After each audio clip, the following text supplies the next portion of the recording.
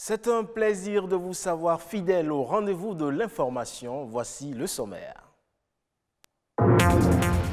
Aujourd'hui, 29 avril, c'est la journée internationale de la danse, une journée qui réunit le monde de la danse et qui célèbre son universalité au-delà de toutes les barrières.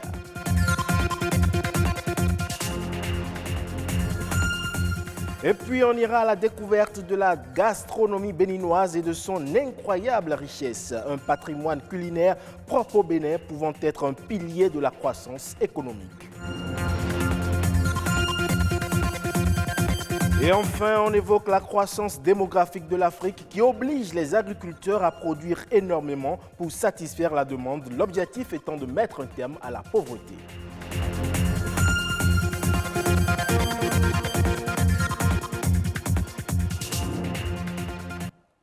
Et vous le savez, comme chaque année depuis 1982, le monde célèbre le 29 avril la journée internationale de la danse. Une journée censée réunir les acteurs du monde de la danse, célébrer son universalité tout en rassemblant l'humanité dans un langage universel. Mais l'on se demande ce que c'est que la danse et quel est son état des lieux au Bénin. Des précisions dans ce reportage de Émeric Okukweli. Elle est l'art de mouvoir le corps humain, constitué d'une suite de mouvements ordonnés, souvent rythmés par de la musique.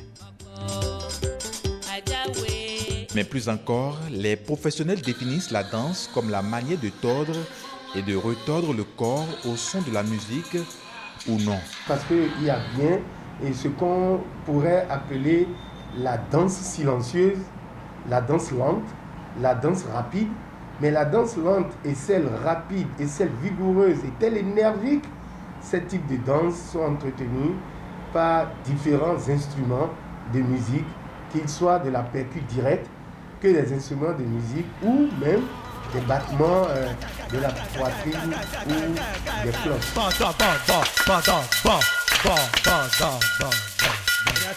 Le corps peut réaliser toutes sortes d'actions comme tourner, se courber, s'étirer ou sauter.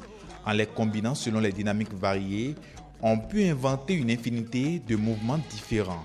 L'art devient le maître du corps.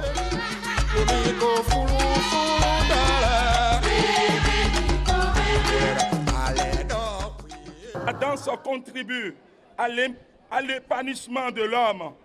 Elle permet de guérir et de communiquer parfois avec le divin.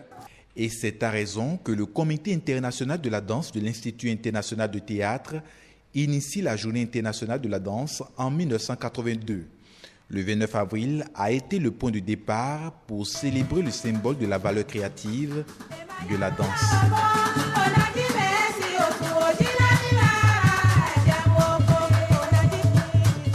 Lorsqu'on revisite le patrimoine culturel et matériel du Bénin, on se rend compte qu'il existe une variété de danses du nord au sud et de l'est à l'ouest.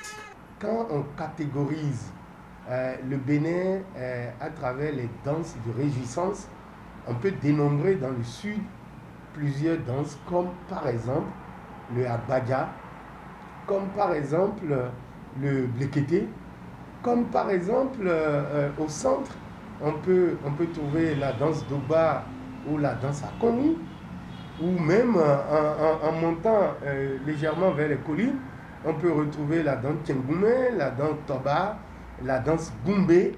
Et quand nous allons vers le septentrion est, nous avons les danses comme Teke, Fokpe, Kiaru, etc. Et quand on va vers vers le nord-ouest, on peut retrouver les danses comme Tipenti, Issé Issé et j'en passe. Maintenant, quand on revisite le Bénin à travers les danses rituelles ou vaudou, nous pouvons retrouver la danse de la divinité Tsapata, la danse de la divinité Dan, la danse de la divinité Achina, la danse de la divinité Gou et les danses des rituels de virginité ou même des danses des rituels de la circoncision.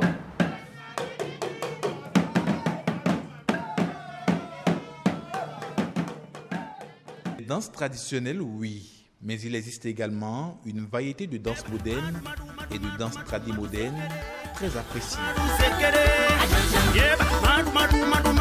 Il suffit de mieux les recadrer, de mieux les présenter. Parce que le produit culturel du Bénin a besoin d'être peaufiné, d'être mieux travaillé pour qu'il réponde. L'édition 2020 de la Journée internationale de la danse s'invite dans un contexte particulier. Partout dans le monde, pas d'événement qui réunit les acteurs de la danse pour cause du Covid-19. Mais de chez soi, l'on peut danser et cadencer.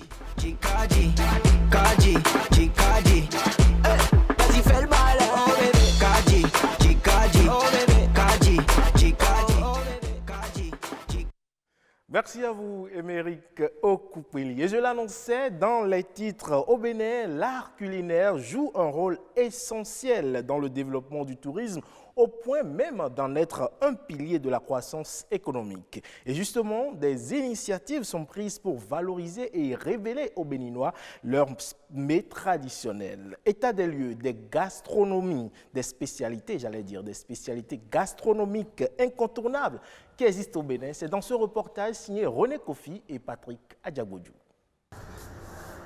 C'est dans cette cuisine que Valérie, restauratrice, vit au quotidien sa passion pour l'art culinaire. Elle prend du plaisir à concocter certains délices traditionnels pour satisfaire les papilles gustatives de ses clients. Son goût pour la cuisine vient de la diversité des recettes culinaires dont regorge le Bénin, son pays. Des recettes malheureusement en voie de disparition. Il y a le yoyoé. Yoyoé, c'est un plat toujours à base de farine de maïs qui est souvent consommé à Abomey, Boycon et autres. Je n'en trouve plus souvent. Il y a le avata que beaucoup de la jeune génération ne connaît même pas ce que c'est. C'est une recette faite à base de feuilles de manioc et toujours de farine. Il y a aussi ablo-yoki. Il y a tellement de recettes qu'on ne trouve plus aujourd'hui facilement. Il faut aller chez sa grand-mère, il faut aller au village pour les retrouver et c'est dommage. Affectés par la disparition de ces mets, autrefois prisés par nos grands-parents, Valérie et Lorraine font partie du nombre restreint d'amoureux de l'art culinaire qui ont décidé d'offrir aux consommateurs des plats venus de toutes les régions du Bénin. Tout de suite, quand nous avons sorti notre carte pour le restaurant, beaucoup étaient étonnés de voir le nombre de plats béninois que nous avons mis sur la carte. Et c'est ça qui fait qu'ils viennent souvent, puisqu'ils ne l'ont pas ailleurs. Je fais partie quand même de ceux-là qui ont osé dire on peut faire ça dans un restaurant. Et ça a vraiment pris.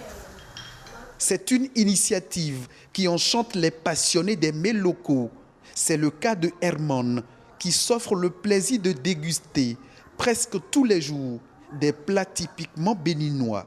Oui, là, vous me surprenez en train de manger du djongoli au poulet, un plat béninois, comme vous le voyez.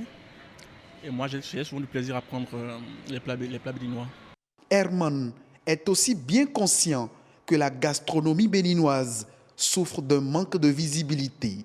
La gastronomie béninoise a une grande valeur, mais une valeur qui, malheureusement, je pense qu'elle est sous-cotée, même à l'intérieur du Bénin. Quand vous prenez une béninoise, elle peut faire facilement des pâtes alimentaires, du macaroni et tout. Vous prenez une européenne, une italienne ou bien je ne sais pas, elle ne peut pas vous faire du djongoli par exemple. Donc on manque vraiment d'une culture réelle à l'exportation.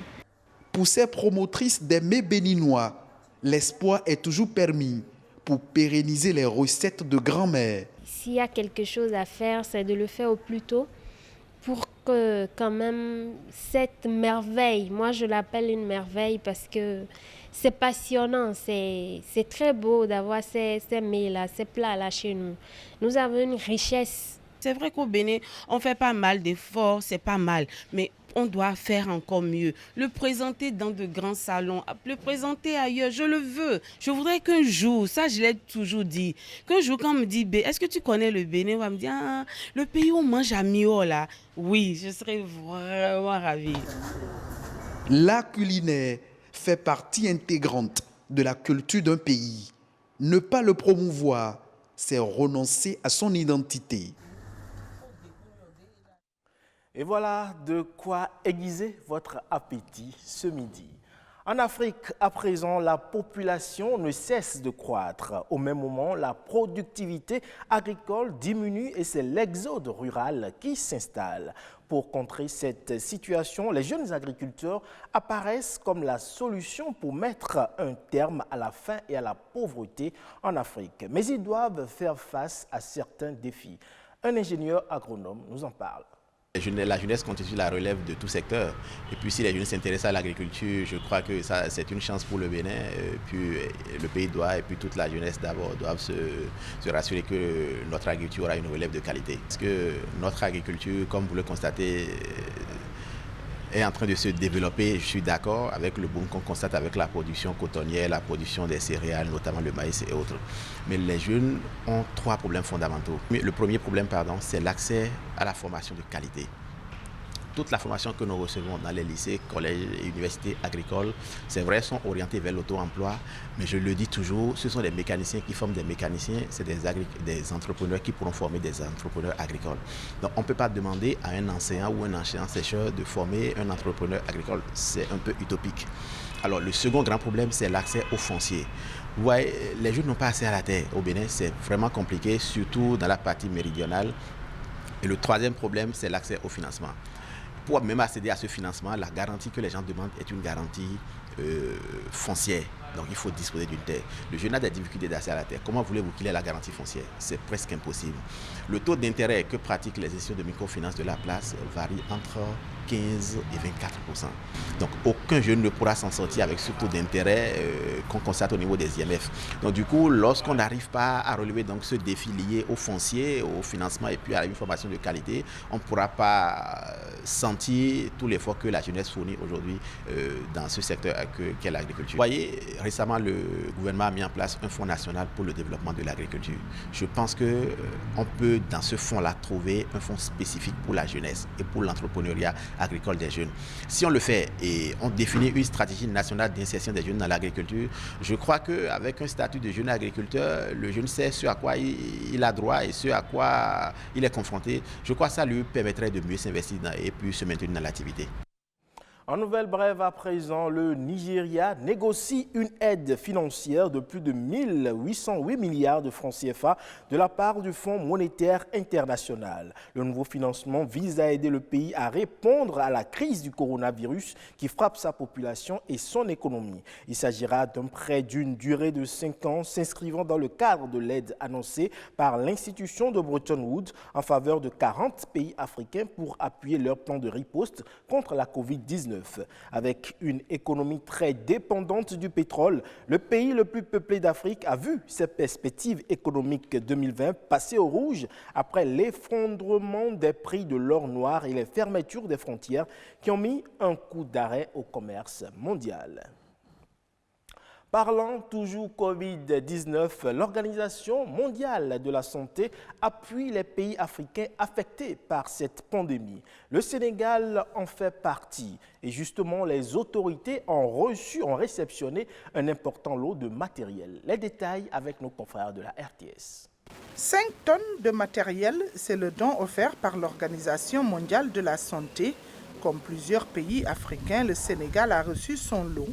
Il est composé de gants, de masques, de lunettes et d'équipements de protection. Pour l'OMS, le succès de la riposte au Covid-19 passe par la protection du personnel de santé. Ce matériel réceptionné lui est destiné en priorité. Nous espérons que ce matériel servira vraiment au personnel de santé qui est en première ligne et qui serait menacé s'il n'avait pas d'équipement de protection. Mais nous pensons que la décentralisation de la riposte au niveau des régions et des districts est une stratégie majeure et cette stratégie doit être basée vraiment sur la surveillance. Nous notons que certains districts n'enregistrent pas encore des cas et ces districts doivent se préparer. Les équipements médicaux constituent un élément fondamental dans l'offre de soins. Le ministre de la Santé apprécie cet accompagnement et s'engage à respecter les recommandations de l'OMS pour minimiser les risques d'infection.